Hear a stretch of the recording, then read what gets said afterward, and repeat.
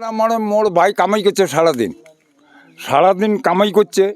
এলা দুইজনে মিডিয়া কামাই করি এলা হাট আনছে যে দুইজনে কামাই করি খাবি।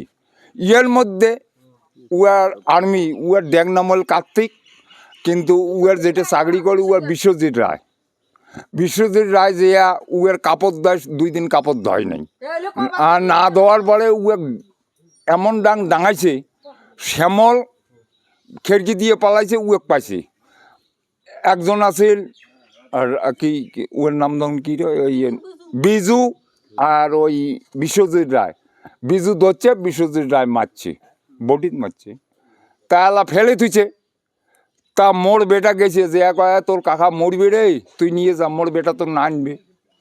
তারপরে আসি ওই শ্যামলে রাতি মং না কয়ে বাড়ি দানছে, আনিয়ে ও থুয়ে গেছে। তা তুই যদি মারিস নাই তাহলে তুই সকালবেলা নিয়ে গেলু, ডেড বডি ভাল নিয়ে গেল। সন্ধ্যা 7টা হইতে হইতে মোর ভাইক ডেড বডি আনি বাড়ি পৌঁছাল। তাহলে এটা মুই থানার এজাহার দিলেন না নাই আপনারা? আয় এলাই দিছম, এলাই দিছম, দারগা আছে এলা মুই তোমাক সুবিচার চাম। ও পোড়া দিবে চাইছে, অদি পোড়া দিবে চাইছে। ওই কালিয়ে রায় আসি কয় চলো পোড়া দেয় কালিয়ে রায়। ওই যে দিগল মত বাড়ি কালিয়ে রায়, উকে চলো বিশ্বজিৎ রায়, আমরা পোড়া দেয় কালিয়ে উয়ের সাতত আছে।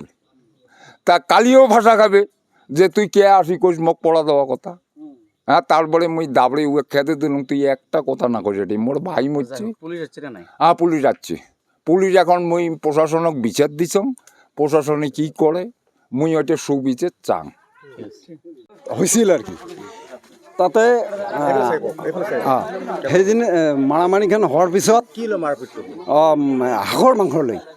হাঁহৰ মাংস দুইজনে মানে মাৰিছিল। তাহাঁতে পিকনিক কৰিব, শ্যামল ৰায় আৰু ৰঞ্জিত ৰায় পিকনিক কৰিব। তাৰপিছত এহঁতে আহে, বিশ্বজিৎ ৰায় আহি কিনে তাৰমানে সি কয় মোক কিয় পাৰ্টিত লোৱা নাই, পাৰ্টিত ল'ব লাগিছিল মোক, এইখিনিয়ে কয়ে খানে শ্যামল রায়ক মারে দুইটে ঘুষি মারার পরে শ্যামল রায় সিফালে মানে পলাই যাওয়ার পিছত ভঙি রায় মানে রঞ্জিত রায় পলাব নোৱাৰে। তাক দৌৰ দি কিনে তাক ঘূৰাই লাথে। তাৰপিছত মানে ভঙি ৰায় খুব চেঞ্চেলাৰ হোৱাৰ পিছত হস্পিটেল তো সেইদিনে নিয়ে নাই, তাৰ পিছদিনা সেই হস্পিটেল লৈ গৈছিল। এইখিনিয়ে আৰু তাৰপিছত হস্পিটেলত যাই মাৰাই গ'ল। বিশ্বজিৎ ৰায় দুইজন মাৰিছিল।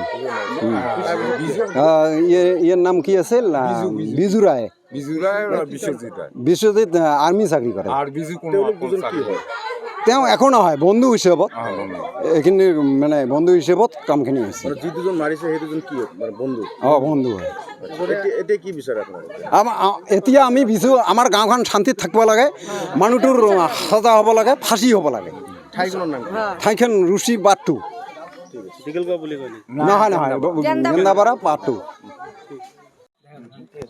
আমার ছোট ভাই বউ ফোন করে বলল, দিদি এমন ঘটনা আছে, ও বলে বিশ্বজিৎ রায় ওই গাঁয়ের ওই মাথাত মানে মারামারি করছে।